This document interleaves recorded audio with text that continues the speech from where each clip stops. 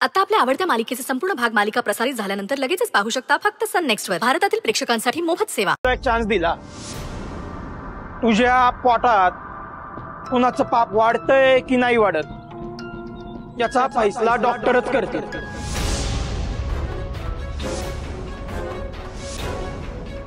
तू म्हणतीस तसं तू पवित्र आहेस की नाही हे डॉक्टरच ठरवतील. सांग, आहे मंजूर? हा,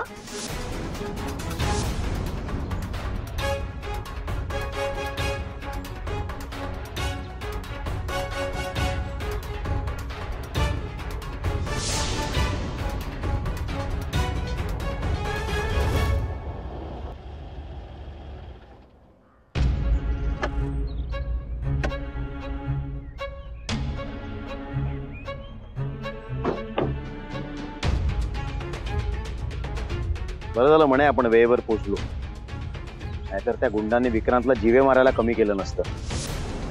खरंच रे, पण मला एक कळत नाही विक्रांतची अशी काय दुश्मनी कोणासोबत, म्हणजे मारायला गुंड वगैरे पाठवले. बाय द वे, तुझं फोनवर काय बोलणं आलं? त्याला नंबर ट्रॅक करायला सांगितलं होतं. त्याचं म्हणणं आहे नंबर युपीचा आहे. फोन आपल्याला युपी वरनं आला होता. युपी? सुजित, ही मस्करी ज्याने कोणी केली असेल ना त्याला नाही सोडणार मी. आपण या सगळ्यात एक बरं आहे की साहेबांची तब्येत ठणठणीत, त्यांना काही झालेलं नाही. म्हणे स्वानंदीचा फोन आला होता घरी? मीही केला होता पण काही कॉलबॅक नाही आला. अडकले असेल लग्नाच्या गडबडीत. आज आहे ना लग्न, पण या सगळ्या गडबडीत उगाच तिथून निघालो रे आपण. मग छान वाटत होतं मला गावात. हा, म्हणजे शहरातली अशी मोठी बिग बजेटेड लग्न खूप बघितलेत, पण हे असं अख्खं गाव एकत्र येऊन लग्न लावतं हे मी पहिल्यांदाच बघत होतो रे. आणि त्यात मी तिथे लग्न घरात मदत करत होतो. डीडीएलजेच्या शाहरुखचा फील आला मला. सिरियसली, गावाकडचं वातावरण एकदम फ्रेशच असतं बघ. नाही ते हे मुंबईचं हेक्टिक शेड्यूल, दगदग. गावाकडे असं मस्त निवांत.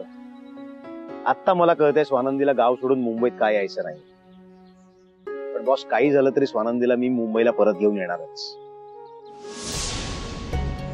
असो, चला आज खूप कामं पडली आहेत.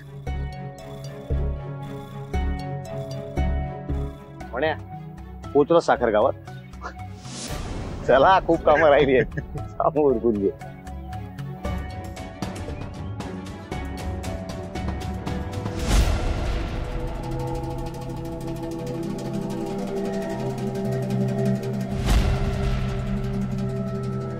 पाहिलंस, मी म्हणाले होते ना तुला, अननोन नंबर वरून कॉल करणं हाच करेक्ट डिसिजन.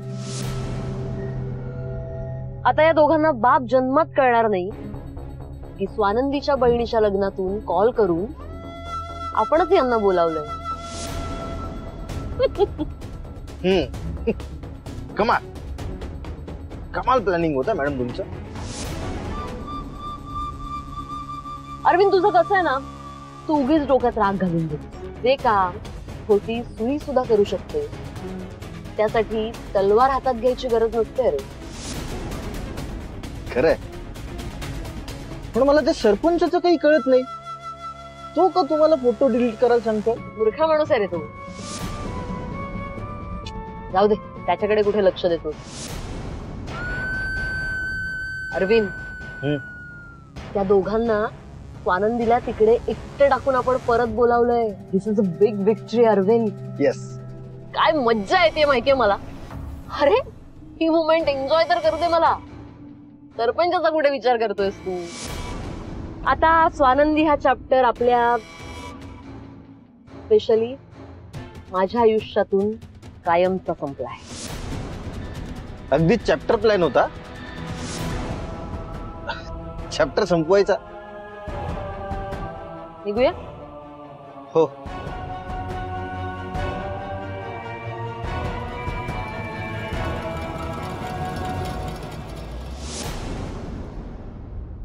बस इथे शांतपणे. अगं आई, काय करतेय तू?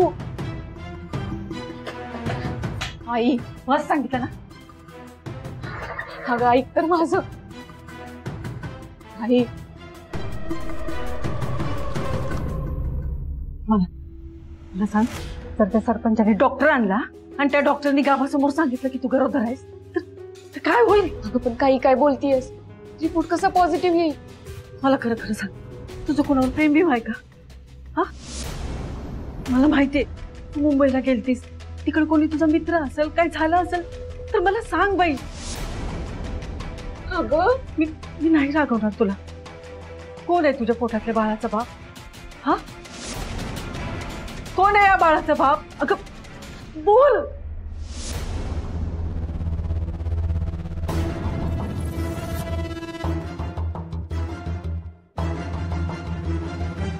हे बघा, अजून वेळ गेलेली नाही.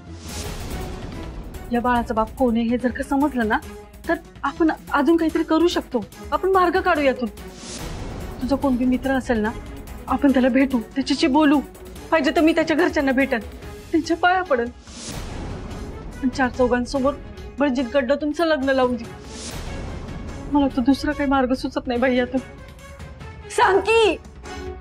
कसं समजव तुला? नाहीये माझा कोणी मित्र. मी नाही काय केलं, आणि मुळात मी गरोदर असेनच कशी? कसं शक्य आहे? का शक्य नाही? मी कसं सांगू हिला? तुला कळतंय का? समजा गाव तुझ्या जीवावर उठलंय आणि त्यांना शांत करायचा एवढा एकच मार्ग आहे. तुझा मित्र कोणत्या बी जातीचा असू दे, कोणत्या बी धर्माचा असू दे, पण निदान तुझा नवरा तुझ्या बरोबर असेल, तुझ्या पोटातल्या बाळाला बापाचं नाव असेल. आणि हे गावकरी फार फार तर काय करतील, तुम्हाला बी त्या मंगलसारखं वाईट टाकतील. तू जर कसं सांगितलं नाहीस ना तुझ्या पोटातल्या बाळाचा बाप कोण आहे, तो तुझ्या जीवावर उठतील ते. तू कळते का? सांग, या बाळाचा बाप कोण आहे? अगं मला सांग, तुला असं नाही का वाटत की ज्या कुणाकडनं हे घडलंय त्याने या बाळाची जबाबदारी घ्यायला पाहिजे, त्या बाळाला बापाचं नाव द्यायला पाहिजे? नाही वाटत का तुला? अगं सांग की काय नाव आहे त्याचं? कोण आहे तो? आई माझ्यावर विश्वास ठेव. अगं मी काही बी केलं नाही. तुला वाटतंय का मी असं करन? तुझी स्वानंदी असं करन? हा, देवी याची शपथ घेऊन सांगते, मी पवित्र आहे.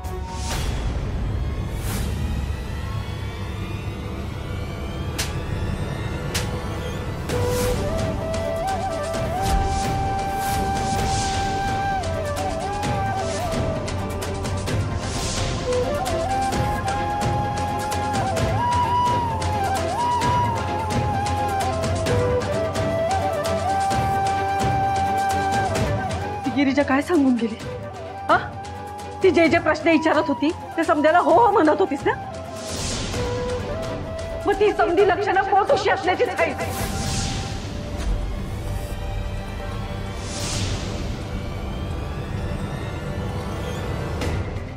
मला काही कळत नाही बाई. 3 पोरं झाली मला, आणि ती गिरिजा का खोटं बोलत? नर्स आहे ती. नाडी बघितली ना तिने तुझी? स्वानंदी सांग की कोण आहे तुझ्या पोटातल्या बाळाचा बाप?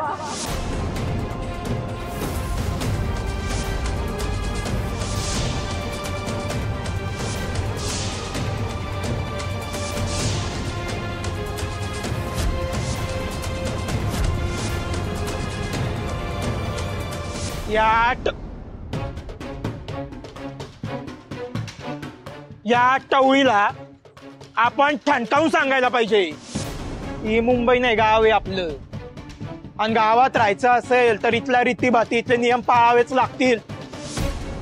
आबा काय चुकीचं बोलतोय का? नाही तसं असेल तर सांगा. गावाच्या भल्याच बोलतोय, बरोबर आहे की नाही? बरोबर आहे, अगदी बरोबर आहे. बोलताय तुम्ही. मग काय? एकदम बरोबर. बघा सरपंच, मी तुम्हाला सांगते, हा, ही सगळी थेर आहेत ना ती गावात नाही मुंबईत चालतात. व आपल्या गावातल्या गोरी बाळींवर याचे वाईट संस्कार होतात. त्याचं काय करायचं सांगा तुम्ही. नाही तर काय, उद्या आपल्या गावातल्या पुरी परपुरुषासोबत पळून गेल्या तर जबाबदार कोण? कोण घेणार जबाबदारी? ही तिकडं मुंबईला शेण खाऊन आली आणि बिंदाच राहती. पार बहिणीचं लगीन काढलं अख्ख्या गावाला कामाला लावून. आबा केळी चक्कर येऊन पडली म्हणून आमला उघड झाला. चक्कर आली नसती तर आपण तर फुलान ब्लाइंड होतो. मग या मस्तपैकी कारण काढून कुठेतरी राहिले असत्या आणि हे पाप वाढवलं असतं. गावाचं नाव खराब झालं असतं. बरं झालं वेळेत लक्षात आलं ते. अहो या आजकालच्या पोरींना संस्कार बिंस्कार काय राहिलेच नाही हो. राहिलंच नाही, कलयुग म्हणतात ते. तेच आहे. अहो आजकालच्या पोरींना तर काही संस्कार राहिलेच नाही. पण त्यांच्या आईला कळायला नको का? हा अहो तोंड काळं करून आली पोरगी बाहेरून आणि तिला पाठीशी घातली. हा हे बरोबर आहे का? अगदी चुकीचं आहे की नाही सरपंच? करेक्ट आहे. आबा मावशी मुद्द्याचं बोलल्यात. तवा हे पाप जर नष्ट करायचं असेल तर तुमच्या माझ्यासारख्या पुण्यवान जबाबदार लोकांना हा मामला हातात घ्यावा लागेल. बरोबर आहे की नाही? एकदम बरोबर आहे. गाव कुणाचं आहे? बरोबर आहे. काय चाललंय काय? पटापटा वाटून टाक. घ्या, जबाबदारीचं काम आहे. पटापटा हातात घ्या. गाव नीट राहायची जबाबदारी आपली आहे. आता मागं नाही वळायचं. एनर्जी पाहिजे. मुद्दा काय? आता डॉक्टर मॅडम येणार आहेत. त्या जर बोलल्या ही पुट्टुशी आहे तर या तोंड काळं केलेल्या कुटुंबाला गावात राहू द्यायचं नाही. त्यांना आजच्या आज बाहेर काढायचंय. बरोबर बरोबर एकदम बरोबर. आजच्या आजच बाहेर काढायचं. होय मग हे कुटुंब जिवंत राहो वा ना राहो यांना सोडायचं नाही. सरपंच साहेब, सरपंच साहेब, डॉक्टर आले. कुठे? काय? नमस्कार मॅडम. लगेच आल्या तुम्ही त्याबद्दल आभारी आहे. ए मागचं घर आहे ना इथं जायचं. हा या या आशा आशा या. हा या इथं. ए हा गो मांडवर करून. ए स्वानंद दार उघड. ते तोंडवर करून चॅलेंज देत होती ना, आता उघड की.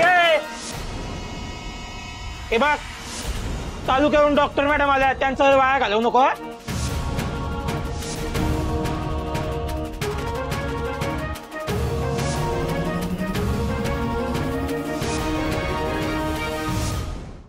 उघड घ्या. मी बघते.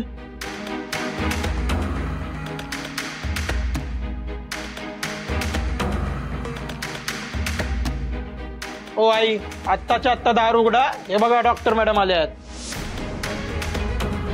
उगा वेळ वाया घालवू नका. उघडा दार. चला. हा हा उघडते. वरडू नका. तू ये इकडं. ये बसा, मी बघते.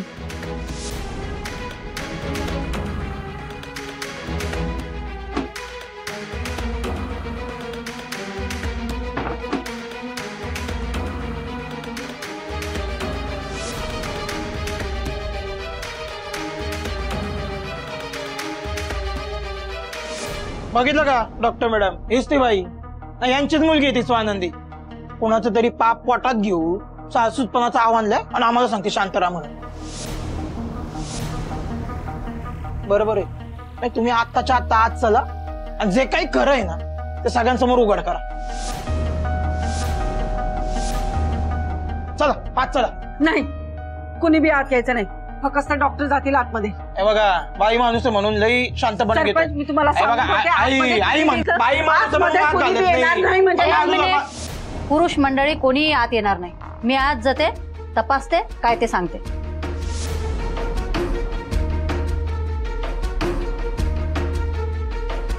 तुम्ही म्हणता म्हणून. या बॅग दे रे. या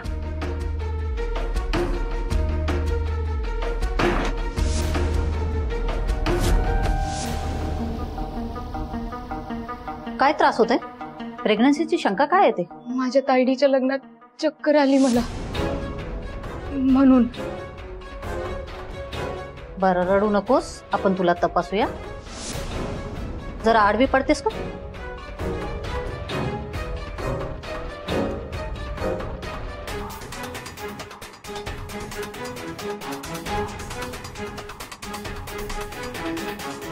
जरा पाठीवर झोप.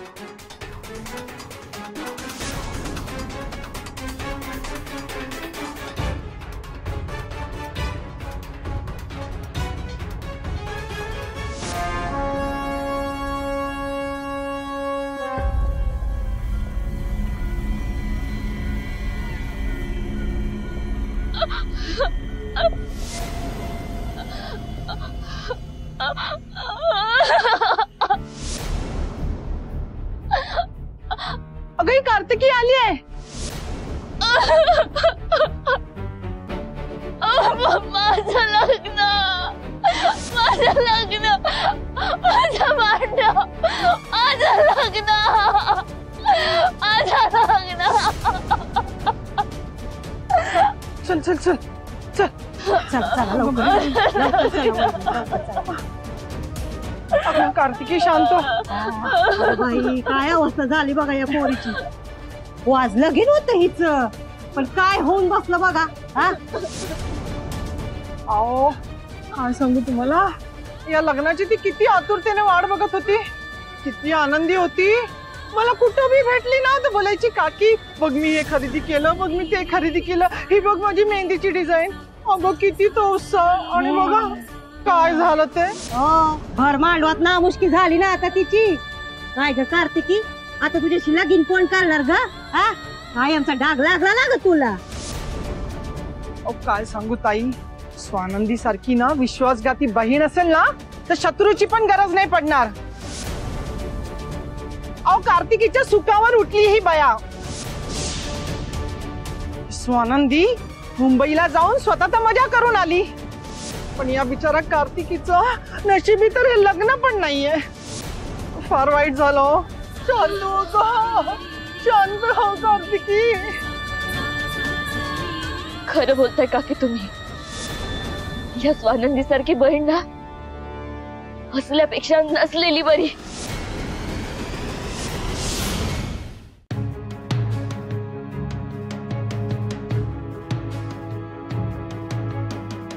डॉक्टर ताई, झालं ना तपासून. आता बाहेर जेवढे बी लोक आहेत ना त्यांना सगळ्यांना सांगा की मी प्रेग्नेंट नाहीये.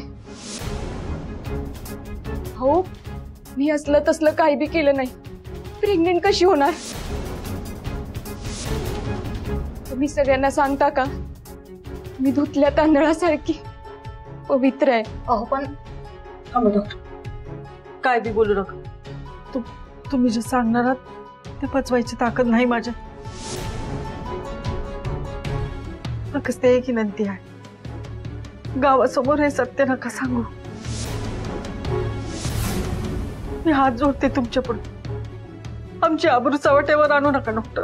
मला कळतंय तुमच्यावर काय संकट आलंय ते, पण मला खरंच माफ करा. जे काही सत्य आहे ते मला सगळ्यांच्या समोर सांगावंच लागेल, आणि ते माझं कर्तव्य आहे.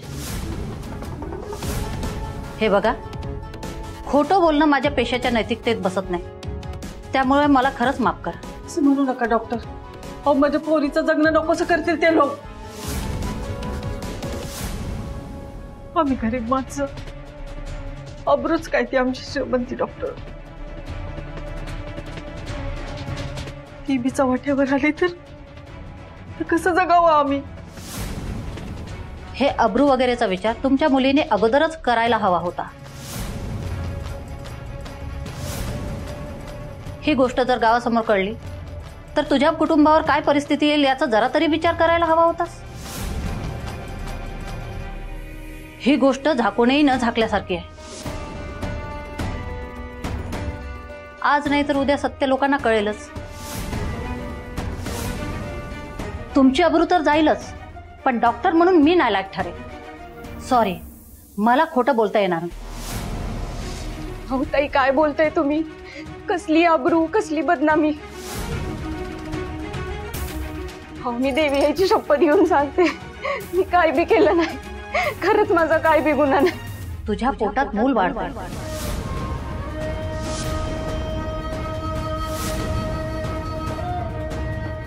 6 महिन्याचा गर्भ आहे.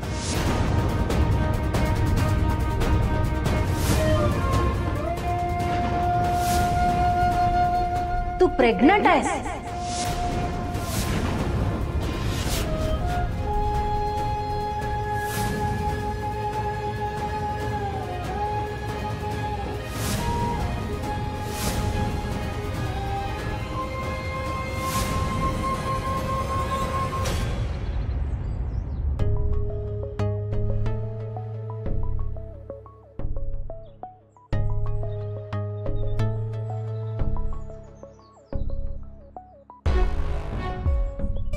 अरे इतकं काय बिझी असावं एखाद्याने.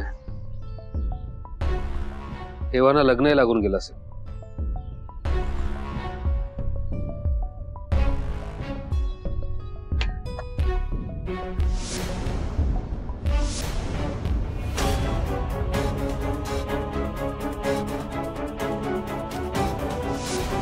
स्वानंदी सुखरूप असेल ना.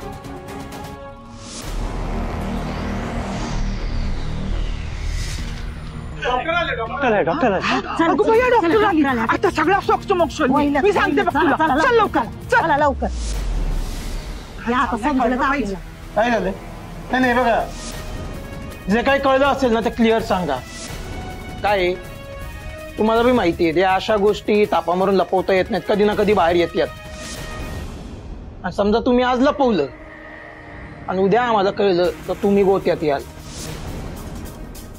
म्हणून मोलाचा सल्ला देतो, जे काही कळलंय ते क्लिअर गावकऱ्यांसमोर बोलून टाका. हे बघा, तुमची शंका खरी होती. ही मुलगी स्वानंदी प्रेग्नंट आहे.